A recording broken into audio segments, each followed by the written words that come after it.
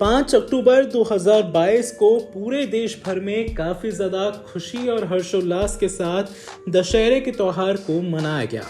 लेकिन क्या आप जानते हैं कि एक ऐसी जगह है जहां पर 75 दिनों तक मनाया जाता है दशहरे का पर्व। आज आपको इसी के बारे में कुछ महत्वपूर्ण जानकारी देने वाले हैं।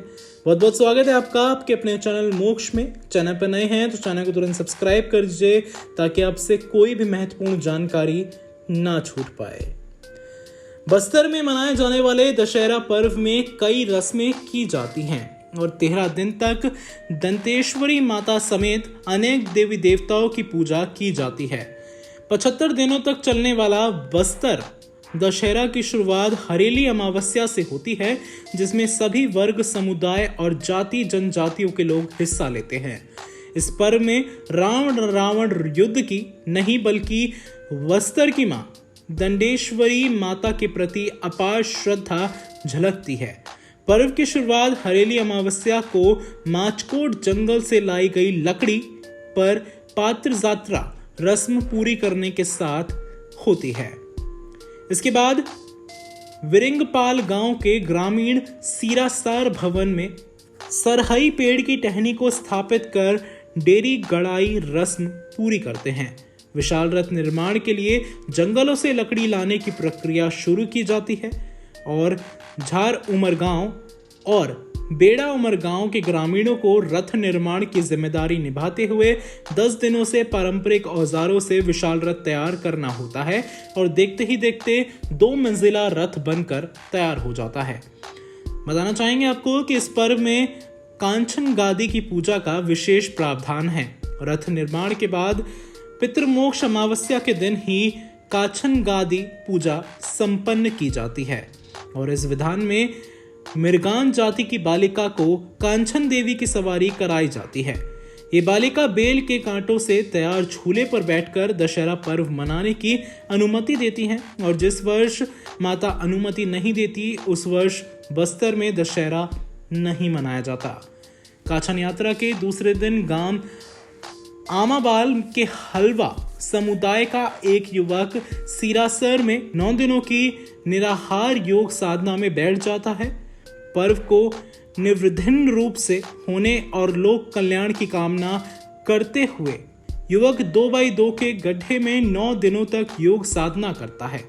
इस दौरान हर रोज शाम को दंतेश्वरी मां के छत्र को विराजित कर दंतेश्वरी मंदिर, सीरासर चौक, जयस्तंभ चौक व मिताली चौक होते फूल रथ की परिक्रमा कराई जाती है।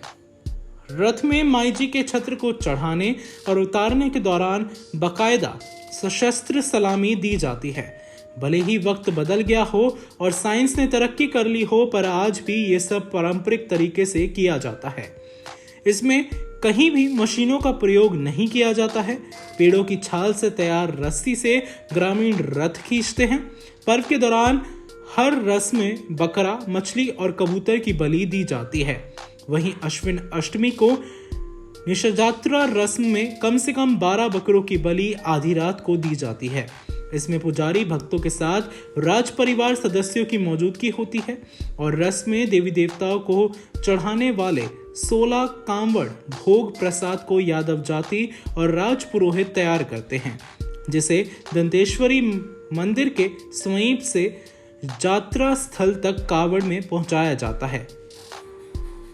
निशाजात्रा का दशहरा के दौरान विशेष महत्व होता है। यही नहीं, विजयदशमी के दिन मनाए जाने वाले बस्तर दशहरा पर्व में भीतर रैनी रस्म में 8 चक्के के विशायकाय नए रथ को देर रात शहर में परिक्रमा कराने के बाद आधी रात को इसे चुराकर माड़िया और गौंड जनजाति के लोग शहर से लगे कुम्हड़ा कोट ले जाते हैं। राजशाही युग में राजा की खातिरदारी से असंतुष्ट ग्रामीणों ने नाराज होकर आधी रात रथ चुराकर एक जगह कुम्हड़ा कोट के जंगल में के पीछे छिपा दिया था। इसके पश्चात राजा द्वारा दूसरे दिन कुम्हड़ा कोट पहुंच और ग्रामीणों को मनाकर और उनके साथ भोज कर शाही अंदाज में रथ को वापस जगदलपुर के दंतेश्वरी मंदिर में लाया गया। ये रस्म आज भी पर्व में जीवित है। वहीं विश्व प्रसिद्ध बस्तर दशहरा में बाहर रैनी का अलग ही महत्व है। विशेष जनजातियों द्वारा चुराए गए रथ को राजा छुड़ाने कुम्हाकोट जाते हैं और उनके साथ बैठकर नए अन्न का ग्रहण करते हैं। तब जाकर राजा रथ को वापस राजमहल ला पाते हैं। आज भी रथ को वापस शाही अंदाज में राजमहल लाया जाता है और भारत के अन्य स्थानों में मनाए जाने वाले दशहरा में रावण दहन के विपरीत बस्तर में दशहरा का पर्व रथ उत्सव के रूप में नजर आता है।